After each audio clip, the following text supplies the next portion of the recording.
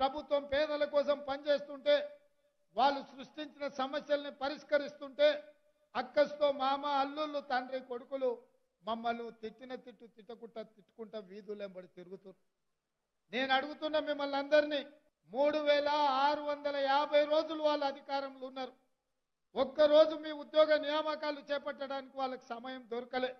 ఎందుకంటే అధికారాన్ని అనుభవించాలి, రాష్ట్రాన్ని దోసుకోవాలి, ఆ దోసుకున్నది దాచుకోవాలనే దాని మీద వాళ్ళు అదే పనిగా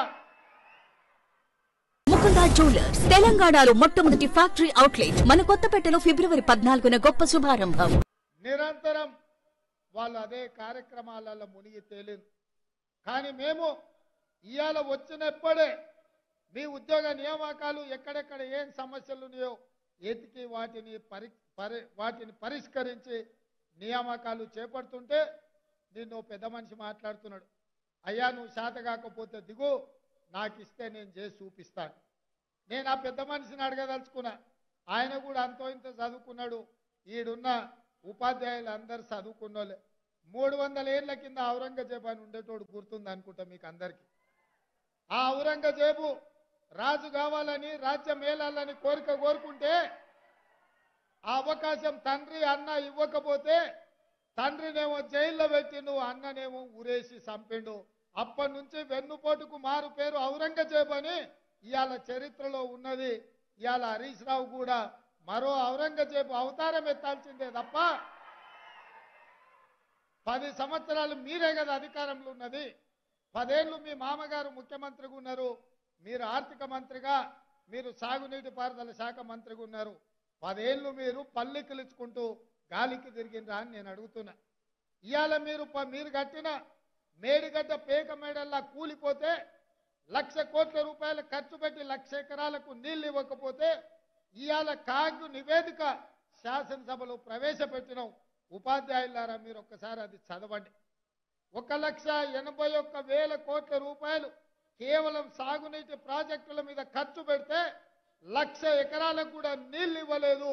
ఇంత దుర్మార్గమైన దోపిడీ ప్రభుత్వాన్ని ఈ భూ ప్రపంచం మీదనే ఎవరు చూడలేదు. అట్లాంటి దోపిడీకి పాల్పడి మేడిగడ్డ కుప్పగూలితే పోలీసుల పహారాల మధ్యలో తెలంగాణ సమాజం తెలుసుకోకుండా నిర్బంధిస్తుంటే ప్రజలకు చూపించాలి గత పాలకులు ఏ రకంగా దోపిడీకి పాల్పడ్డారో, మేడిగడ్డ ఎట్లా కుంగిపోయిందో చూపిద్దాము రమ్మని. ఒకవేళ మీరు నిజాయితీ పరులైతే మీ నిజాయితీ ఏందో అక్కడనే వచ్చి చెప్పండి అని పిలిస్తే అక్కడికి రాకుండా నల్లగొండలు పోయి సభ పెట్టుకున్నారు. ఈ పక్కన కూతవేటు దూరంలో ఉన్న శాసనసభకు ఆయనకు రావడానికి శాతనైతలేదంట. ఆయన కాలు సక్కలేదంట, కట్టె పట్టుకొని నడుస్తుండంట. ఎంత దూరం ఉందో ఆయన ఇంటికి? బేగంపేటలో ఆయన ఇల్లు ప్రభుత్వం వేయించింది. అది కూడా బేగంపేట నుంచి లాగిడికి మన అసెంబ్లీకి రావడానికి ఎంత టైం పడుతుంది? ఆ నుంచి ఇక్కడికి రానికనేమో కాలు నొప్పి వచ్చింది, కట్టె చేతికి వచ్చింది. కానీ నల్లగొండలో మీటింగ్ పెట్టుకుంటే మాత్రం 150 కిలోమీటర్లు పోయిండు.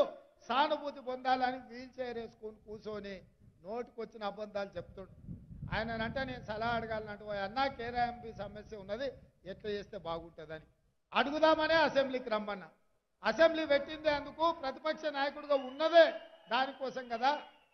తీర్మానాన్ని పెట్టి ప్రతిపక్ష సలహాలు సూచనలు ఇవ్వండి, తప్పకుండా సహేతుకమైన సలహాలు సూచనలు ఇస్తే ఆ సమస్యను పరిష్కరించుకుందామని శాసనసభలో మేము అడిగినాం. మీరు రాలేదు, పారిపోయినారు, పర్వాలేదు.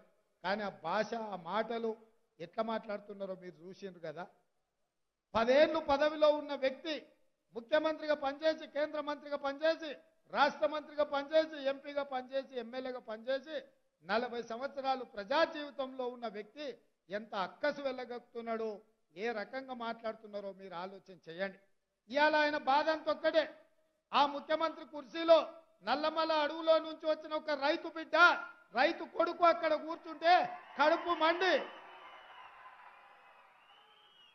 నా కన్న కొడుకు అక్కడ కూర్చుంటాడని ఆ సచివాలయం ఉన్నదాన్ని కూలగొట్టి కడితే ఇది పోయి ఆయన వాస్తు కోసం అని కూలగొట్టిండు, కట్టిండు, బానే ఉంది. ఎవరికి వాస్తు అక్కరకు వచ్చిందే? అది మనకు అక్కరకు వచ్చింది, మీకు అక్కరకు వచ్చింది, నాకు అక్కరకు వచ్చింది, మా ఎంకన్నకు, మా పొన్నం ప్రభాకర్కి అక్కరకు వచ్చింది. దశ దిశ అని రెండు ఉంటాయి. దశ బాగుంటే దిశతో పని లేదు. నీ దశ గుడిసేటది కాబట్టే నువ్వు పోయి ఫామ్ హౌస్లో పడ్డావు. అయ్యా ఇప్పటికన్నా అర్థం చేసుకో. ప్రజలు నీ నుంచి ఏం ఆశించిండ్రు? ప్రజలకు నువ్వేం ద్రోహం చేసినావు? ఇవాళ ప్రజలు ఏం మార్పు కోరుకున్నారు? ఇవాళ నిరుద్యోగ యువకులు వాళ్ళ జీవితాలతో మార్పుతో పాటు తెలంగాణ రాష్ట్రంలో పాలకుల మార్పు జరగాలని ఇవాళ ప్రజా ప్రభుత్వాన్ని ఇచ్చిండ్రు. ఇవాళ మేము వచ్చి కూర్చున్నామో లేదో, సర్దుకున్నామో లేదో, ఎక్కడ కుండ ఉందో, ఎక్కడ గిన్నె ఉందో, ఎక్కడ పొయ్యి ఉందో వంటొందామనే లోపలనే మీరు వండలేదు, మీరు ఉపాసం మానబెడుతున్నారని మా మీద ప్రచారం చేస్తున్నాడు. నేను ఒక్కటే మీకు చెప్పదలుచుకున్నా, 3650 రోజులు అధికారంలో ఉన్నాయన నువ్వు వీళ్ళకి ఎందుకు ఉద్యోగ నియామకాలు ఇవ్వలేదు? 70 రోజుల్లో మేము ఇచ్చినాం కదా. 70 రోజుల్లో దాదాపుగా మేము 25,000 ఉద్యోగాలు ఇవాళ భర్తీ చేసినాం. స్టాఫ్ నర్సులు కావచ్చు, సింగరేణి కార్మికులు కావచ్చు, పోలీసులు కావచ్చు, ఇవాళ గురుకుల టీచర్లు కావచ్చు, దాదాపుగా 25,000 ఉద్యోగాలు మేము వచ్చిన 70 రోజుల్లోనే నియామకాలు చేపట్టినాం. ఇవి మీ కళ్ళకు కనిపిస్తలేవా అని నేను వారిని అడుగుతున్నా. అందుకే ఇవాళ మీరు ఏడ్చినా, పెడబొబ్బలు పెట్టినా, మీరు కాళ్ళు చేతులు ఇరగొట్టుకున్నా, లేకపోతే అమరవీరుల స్తూపం దగ్గర మీ మెడకు ఉరితాడు కట్టుకొని ఏలాడబడ్డా ప్రజలు మీ పట్ల సానుభూతి చూపించారు.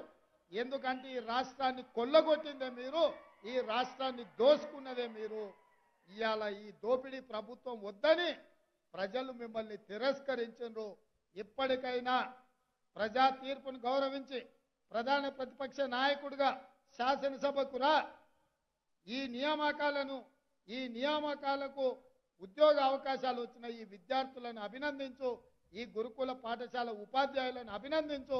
ఎందుకంటే భవిష్యత్ తరాలను తయారు చేసి ఈ దేశ సంపదను సృష్టించేదే ఈ ఉపాధ్యాయులు.